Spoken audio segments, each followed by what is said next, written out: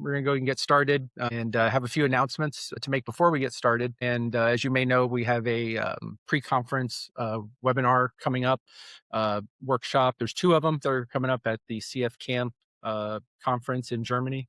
One is Luis talking about AI, a lot of the stuff that you want to look at what we have going on more than what you're hearing here and really do a deep dive. Talking about a lot of what is capable and just really have your mind blown with AI magic. Definitely want to check this out.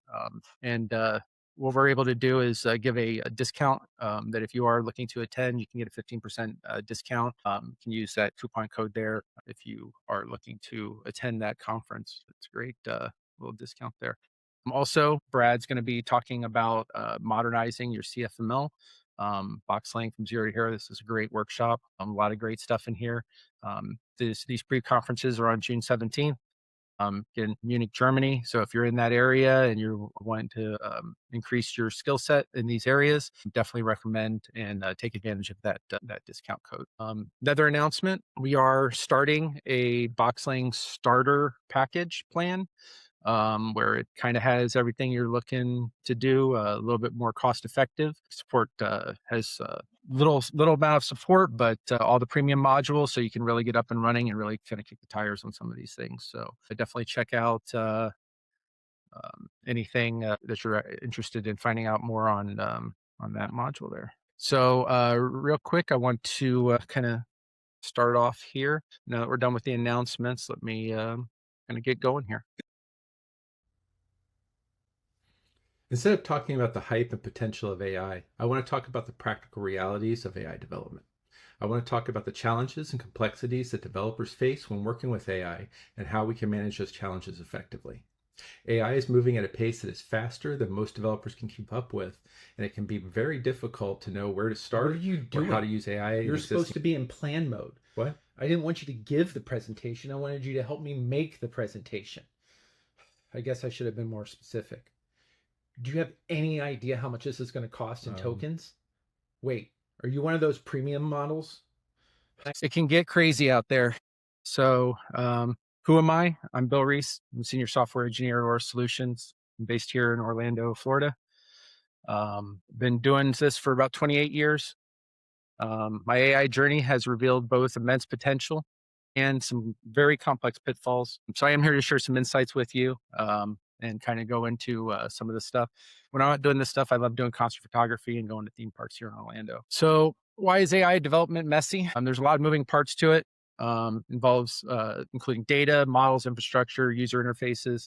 There's just a lot of pieces, and it's moving very, very rapidly.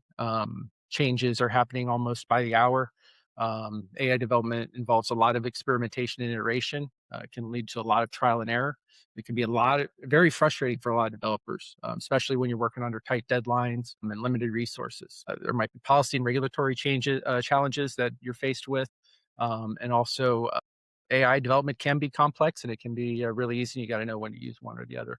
Fear of the unknown can contribute to the messiness of development as well. Many developers are hesitant to dive into AI because they're not sure where to start or what tools to use. So I'm going to slow it down and we're going to try to talk about some of those things and get rid of some of those fears for you. So abstraction. So why abstraction matters? It lets the developers focus on high-level design rather than implementation details. Allows you to do more things quicker with less boilerplate code. And this BoxLang AI actually provides this great layer of abstraction that allows you to not worry about a lot of these kinds of complexities in terms that we're going to be talking about, and really lets you focus on doing some development. So one of the progressions that I've kind of found is that people tend to fall into three levels when we're talking about AI development. So level one is going to be planning and chat. And then kind of level two is working with your IDE and kind of an agent type scenario.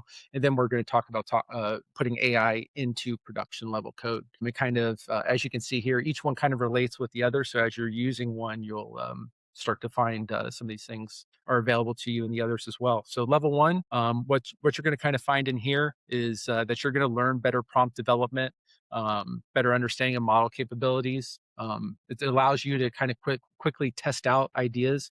What we're talking about is using a chat app. We're talking about like ChatGPT, some kind of desktop app, some browser-based interface where you just type in what you're looking for, what you're asking for, and you get a response back.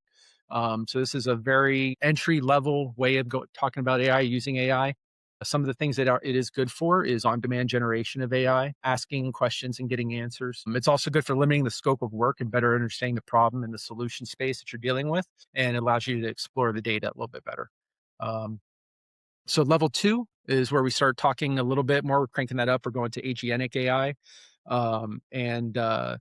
This is where you start having source control access, where you're checkpointing your code. Hopefully, and if you do checkpoint your code with source control, while it's accessing your source code, you'll be able to roll back changes if anything goes wrong. I mean, you also have a history of kind of the progress that you've been doing, which is very important. Also, it's important to use plan mode. You can use it to plan out your prompts and chains before you start writing them. There's prompt plans, agents, locals, all that stuff. We'll get into that shortly. But just remember that if you're not sure, it looks like it's complicated, plan it first. And then also you'll want to understand the model's capabilities, limitations, cost. And this can help you design your system a little bit more with some more intelligence, because it can get very complicated, but it doesn't have to. And then also you want to understand the way that your vendor allows you to integrate. Some of these vendors allow great integration with your IDE, and some of them you will not be able to work with your IDE, or it'll be very cumbersome, and that may affect how you work or what your success is. Level 3 is where all the good stuff happens. That's where you're able to actually plug in and utilize some of the great Coalbox and BoxLang AI goodness that we have available, where you're able to build agents and you're all able to do autonomous type of development. You're utilizing AI to do things, and you're not involved, at least not in real time, maybe as kind of a protective layer. But why BoxLang for AI? There's a lot of different AI things out there. Also, we're going to go into a lot of terms, so you're going to hear a lot of stuff. But why would I use BoxLang? Well, like I was saying before, BoxLang is great for managing complexity of AI development with that abstraction. It provides simplicities of for the development process with this plugin architecture that we have available. All the great high-level functionality and features that's available in BoxLang is available for your AI agents to utilize. And it's just kind of like having another tool in the toolbox there. So you really don't have to get bogged down into the development of AI. You can kind of just get yourself started and get rolling. So how do you get started? Pretty simple. If you're going to be at the CF Camp web pre-conference sessions, this is what you're going to want to get started. If you're just looking to play around with BoxLang AI, same things are involved here. You just go and install BoxLang. And if you are using VS Code, then you can go ahead and install VS Code and making sure that you have the BoxLang extension installed. You can go ahead and get an API key so that you can start talking with with one of these vendors here, playing around with those models, and then also installing Docker if you want to run a local model or a vector database. So like I said, we're going to go into a vocabulary of kind of some of the stuff that you're going to encounter while working with AI. And then as we go through that, I'm going to kind of talk about some tips and tricks. It's not going to be an exhaustive list. There's going to be a lot of other terms you're going to be exposed to. I think it can get overwhelming. So I wanted to kind of break it down into a series of stuff to just kind of get your feet wet with it. So when we're talking about stuff, real quick, head here. We're going to talk about some of these terms you're going to hear about. Providers is one of them. Provider is a company or organization that offers different access to AI models and services. They can offer models which can be used for natural language processing, for computer vision, text to speech. They also might offer additional services like data storage, model training, and they offer different complexities and costs. When choosing a provider, it's important to consider factors such as quality and performance. And there's also many different providers out there like OpenAI, Novita, Bedrock, Azure, and there's quite a bit. It seems like every day there's another name to learn out there. It's just kind of got to pick one and start where it makes sense. And usually there's a cost factor involved in that. And we'll get to that shortly here. So models and inference. Model is mathematical representation of the system. So a lot of math and a lot of stuff. If you're doing training, great. A lot of people I feel like aren't going to be necessarily doing training right away. It's more about using some of these things that are pre-trained and trying to understand what is good for what and when to use certain models and when not to use certain models. I think, like I was saying, very important not to get wrapped up in the hype of the latest and greatest models. Just focus on finding the one that's well suited for you and doesn't break the bank. You can experiment down the road, but just start out with something that gives you the responses you're looking for, and it's cost effective. Because being mindful of the cost, especially now with changes, it's very important to pick a model that is priced effectively for you. So tokens and costs, we just talked about this a little bit. As you may have heard in the past, Luis talking, kind of a simple way of looking at it is when we're talking about tokens and what AI costs, a token is about 4 characters of text, English text. And there's different types of tokens. There's like input tokens, output tokens, caching tokens, reasoning tokens. And depending on the model, you might have a different mix of them or an algorithm of what the cost is. Generally, if you want to keep out of the weeds, input tokens are generally cheaper than output tokens, meaning that giving AI stuff to talk about, talking to it, telling it instructions, being clear with it is going to cost less than it telling you what it thought it wanted you to know, and then you having to recorrect it, and then it telling you again.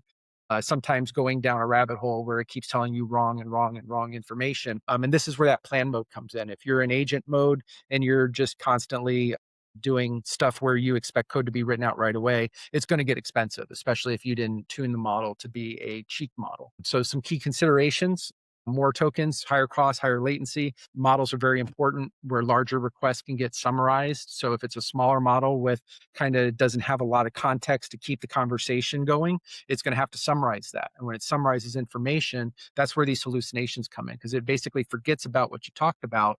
We kind of have this tendency to just talk to AI and say, hey, don't you remember what I just said? No, it doesn't. And if it does, that's not the context you want to have a conversation in. You want to kind of move forward and kind of re-reference that. You don't want to keep referencing stuff that you had a conversation with previously. It may not be the result you're looking for. So one of the keys that you can do is optimize prompts and the cost of what these tokens are. I provided a couple links here for ways that you can kind of identify what prices are of these types of things.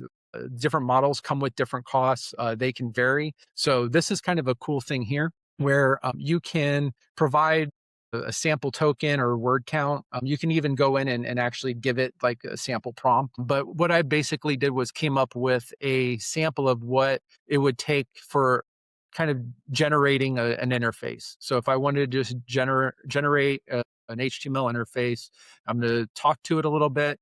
It's going to respond. It's going to reason. It's going to make some calls. So just looking at what, in this example, what that would cost, you can see that the cost of doing the same code in different models can greatly vary. So the idea would be to find that sweet spot that the model that you're using your primary development with is in these very small total cost numbers. You want to be, virtually paying nothing, but sometimes you could be paying a small amount of money for the overall cost, but you're not getting the results you get, increasing your frustration and increasing your actual spend because you're not getting what you want and you're not leveraging that. So in a situation where there's only a small difference in price between models, you may find that small difference actually is better for you than going a cheap model if you're being very specific with what you're trying to talk. So let's go to the next one here. So prompt engineering. Prompt engineering is probably one of the most important things that we could be talking about in regards to AI. A lot of your frustration is going to come from lack of prompt engineering. A lot of your successes is going to come from doing prompt engineering very well. Part of that is there's a lot of things online that can give you hints and tricks. As you start to go through, you will find some of your own.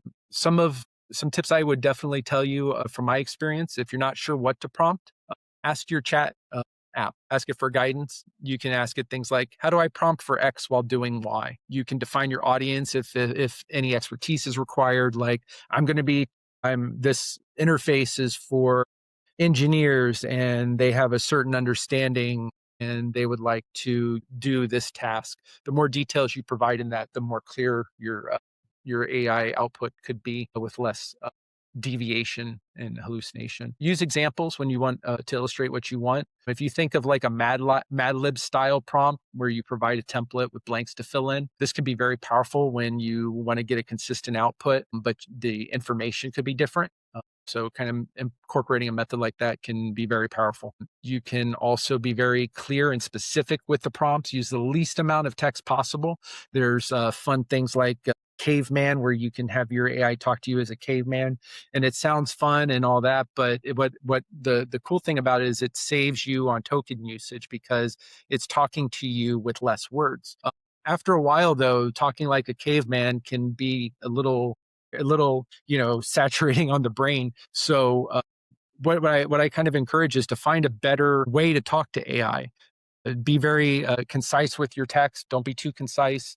You can say stuff like, what is the weather like in Orlando today? But I can also say it with less tokens, saying weather Orlando today.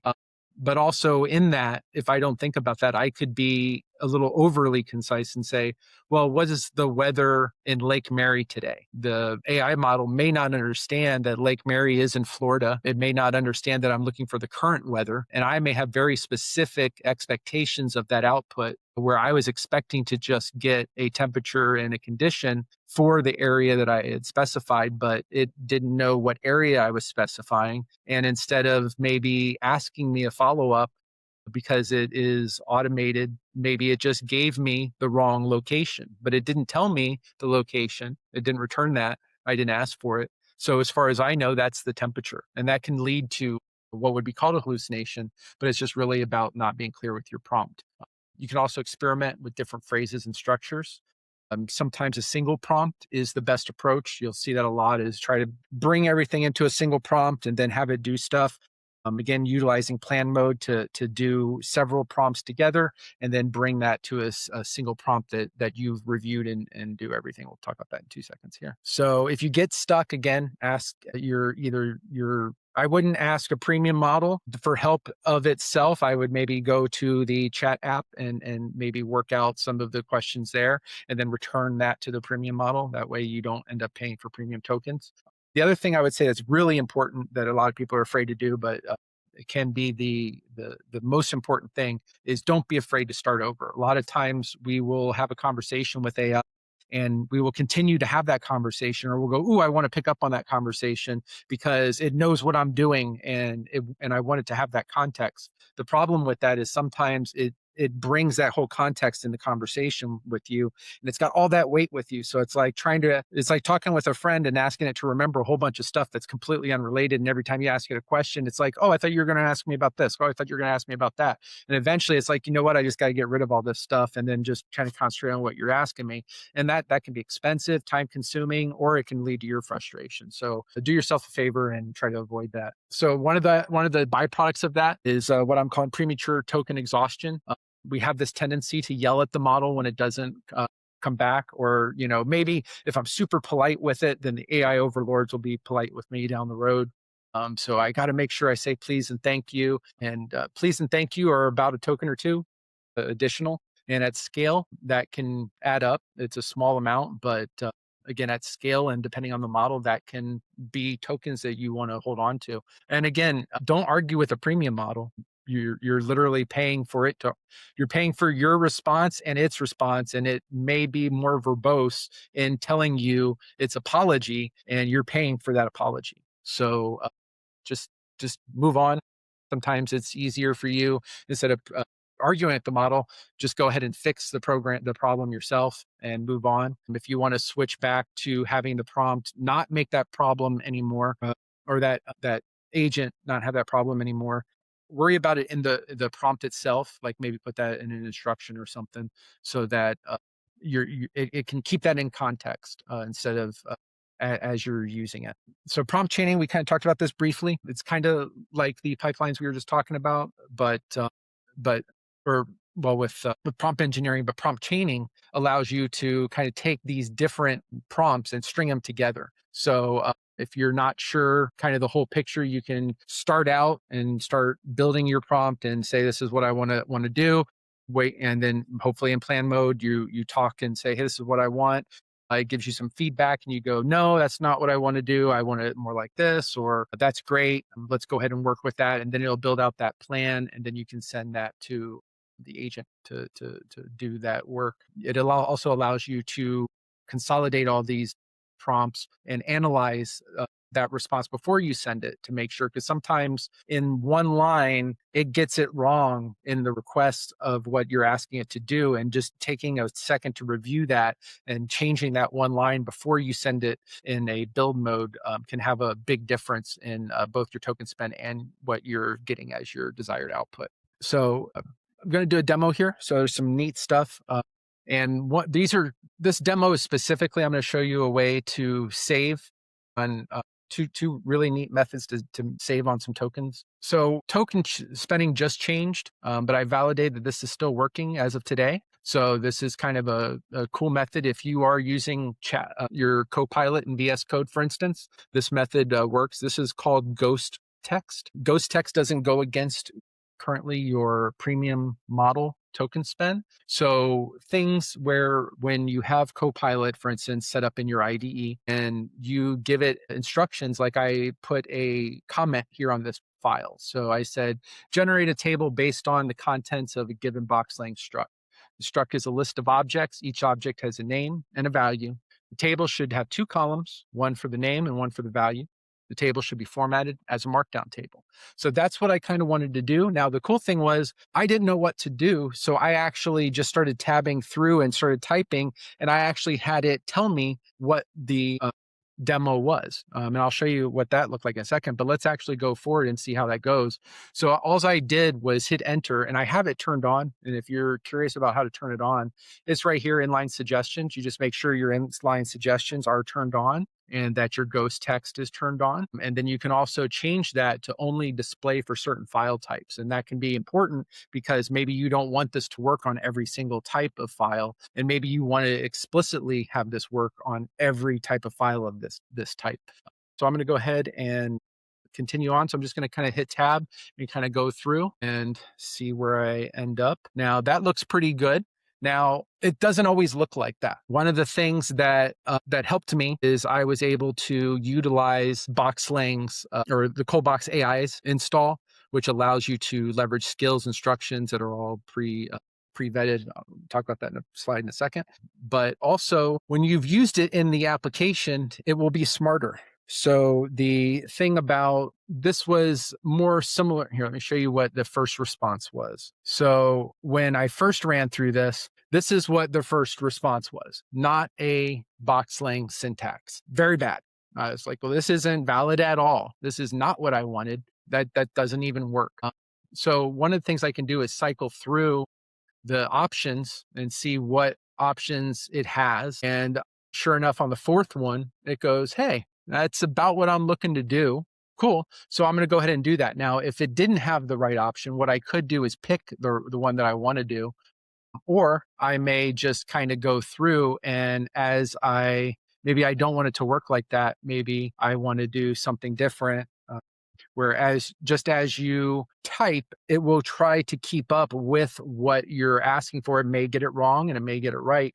But what I want you to notice is as I'm permutating through this and doing this code, I'm not utilizing my premium tokens. So if you're able to construct your prompting this way and work through certain things like maybe documentation or test cases or just kind of filling out utility methods using pseudocode type comments and then running through that can offer a way to curtail your token spend. So just looking at what that looks like.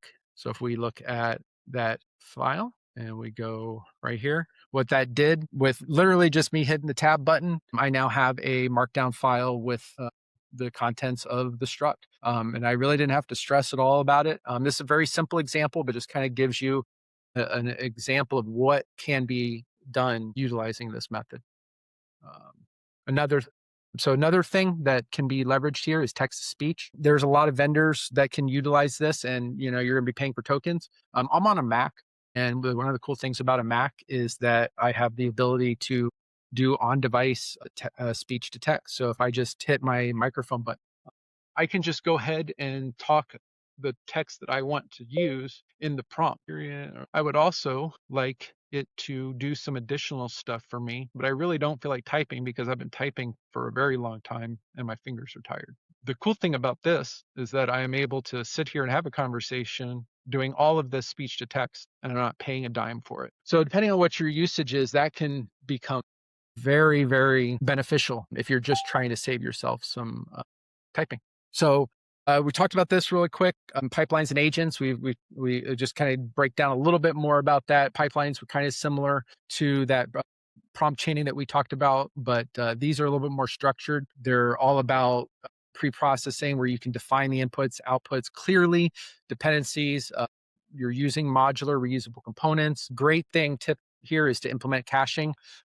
Some of these things that you're going to implement in pipelines or even in chaining, they're going to be expensive. And if you can implement in such a way, there's all kinds of ways you can cache. If we're talking about in that level 3, you can implement vector-based memory caching. You can do file caching. If we're talking about in that level 2 IDE, you can talk about markdown files as being session memory of what you're trying to do, and then it will store it there for use later. And what you can also do is store maybe the input output in a database or in any kind of memory scope. And then instead of hitting your AI model to ask for that again, you can just hit the memory because the output should be the same. And if it's been vetted, then you can go ahead and return that output, saving yourself all that processing and token spending again. And also, you're obviously going to want to log errors, monitor performance, stuff like that. Agents are important because they're kind of doing kind of everything that we're doing, but it's kind of done in an autonomous fashion. So you're going to kind of define goals, and then you kind of define this decision logic, and you want to make sure that it's redundant with fail safes. You don't want to just tell an agent to go do something, and then if it fails or that service goes down, you just serve a blank page to your users or to yourself. You want to test it across those scenarios and make sure that you've accounted for those things. There's some talk online on whether you should name your agents or not name your agents. I think it's kind of cool to name your agents, especially when you just say like, hey, let's have Claude do it.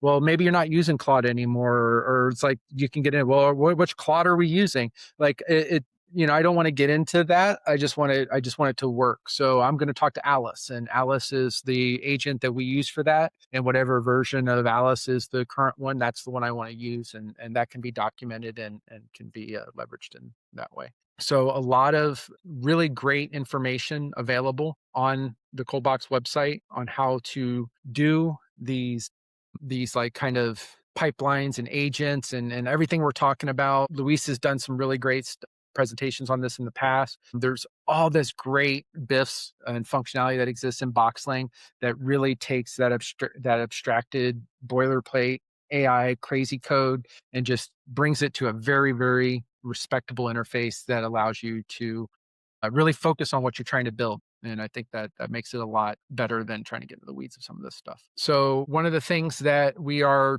doing here at Ortus that I think is really cool is skills in agentic Coldbox. I think as we're talking about the different methods that you can use AI, kind of making your AI smarter becomes part of that equation and becomes super important. So BoxLang Skills was created. It's a repository. It's vetted. It's scanned daily.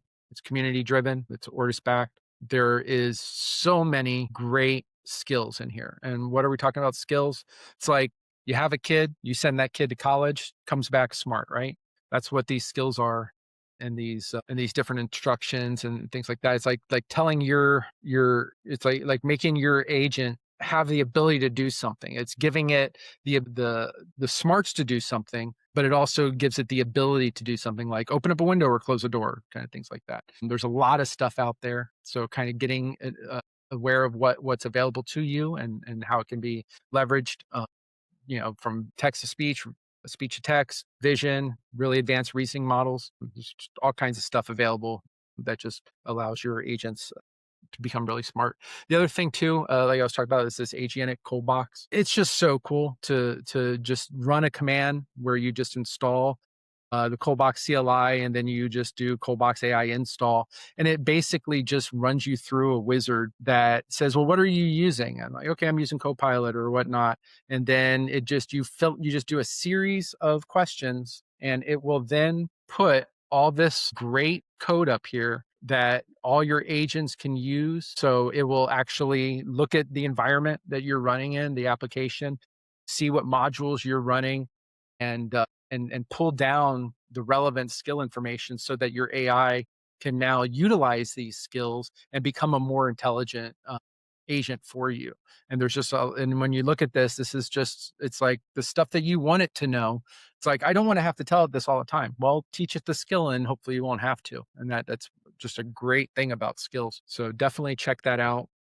There's so much power in there. Can't stress that enough. So other things that you're going to experience in this is like, so these MCP servers, instructions, and tools. So tools are just kind of like these skills, but they're providing you the ability to do certain things.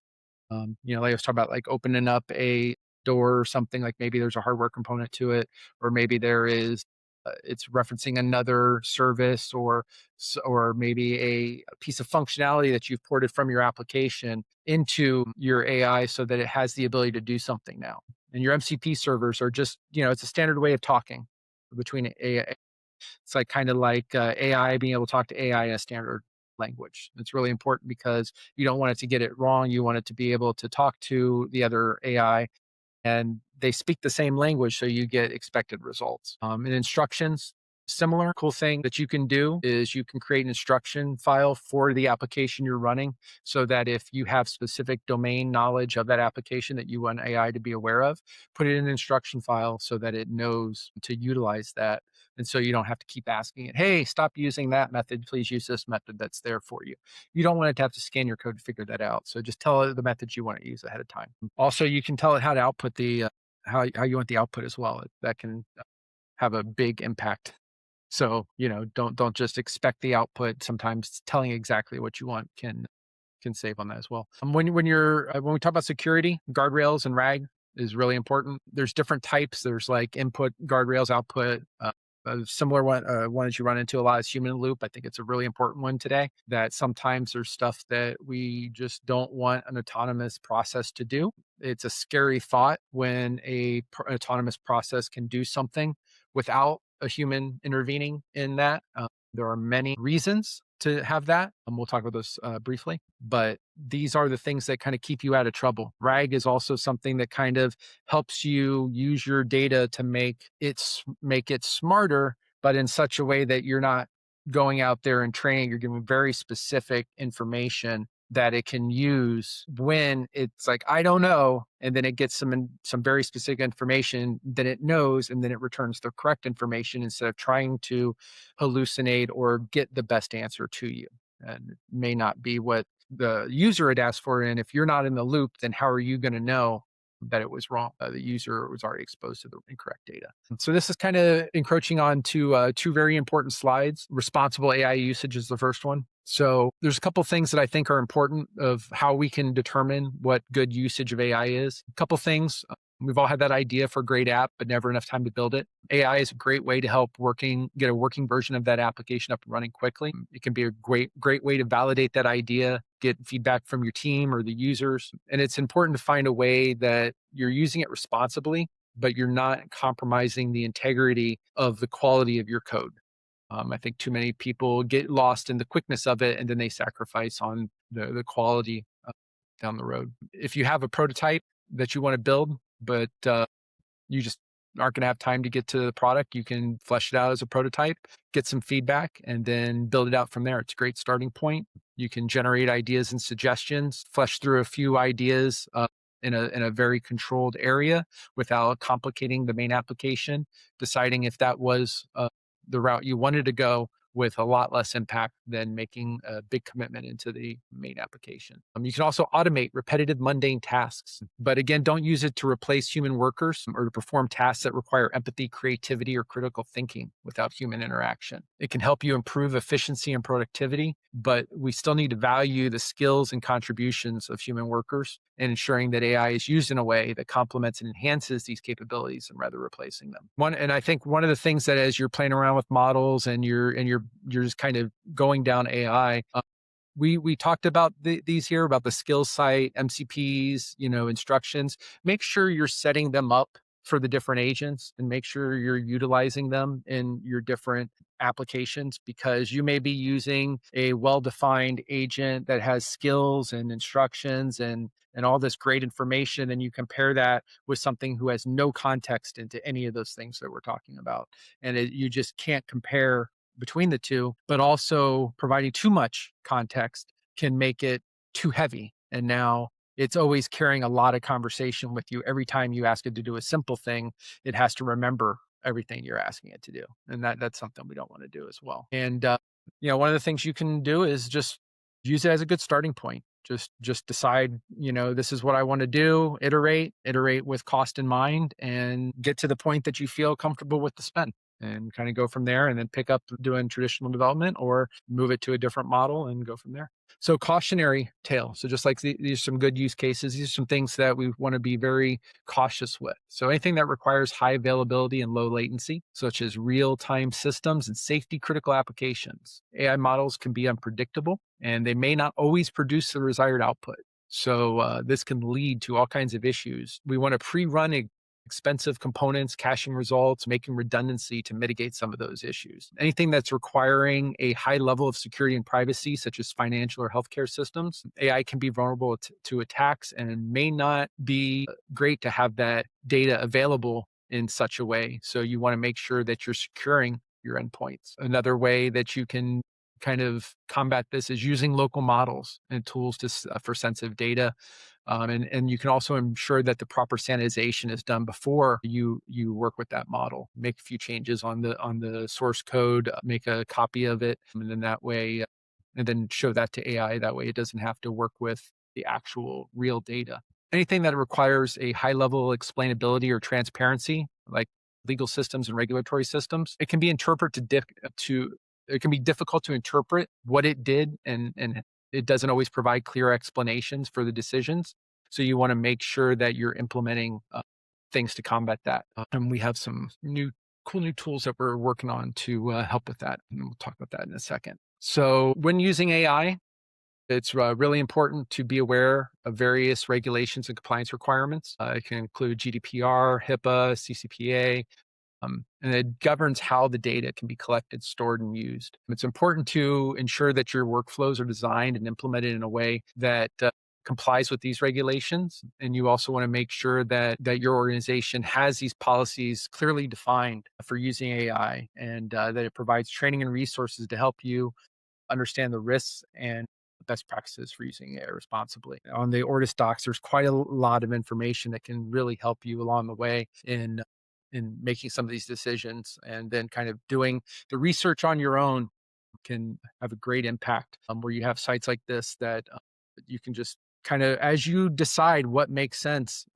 where you're struggling or where your setbacks are, you have enough information to kind of then make a follow-up and make better models or better decisions on when to use what. There's a lot of information out there that tells you what models are good for what the costs are, how you can accrue those spendings. So those links that I sent earlier are some great resources. They're not all of the resources, but they are some resources that tell you how to make those determinations. So one of the other things I think that's really neat is I had found that when using VS Code specifically, it's set up by default, at least it was at one point, when you have a file that's defined in the git ignore, it's not going to index that file. And that's kind of cool, because if you're doing best practices within your application, then you're automatically kind of keeping that kind of data from the AI models and its indexation. Now, some of those models don't work that way, but they do provide settings for you to go in and make specific either format changes or file changes that say, don't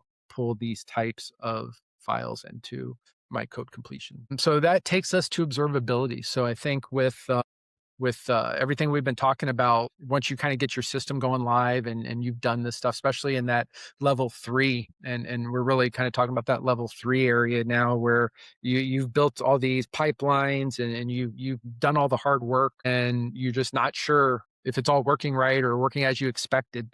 And not knowing can come with great expenses very quickly. So one of the ways we're looking to combat that is we're building this AI plus module for BoxLang. This is a premium edition. We're working on it now. It's just an amazing tool. I'm really excited about it.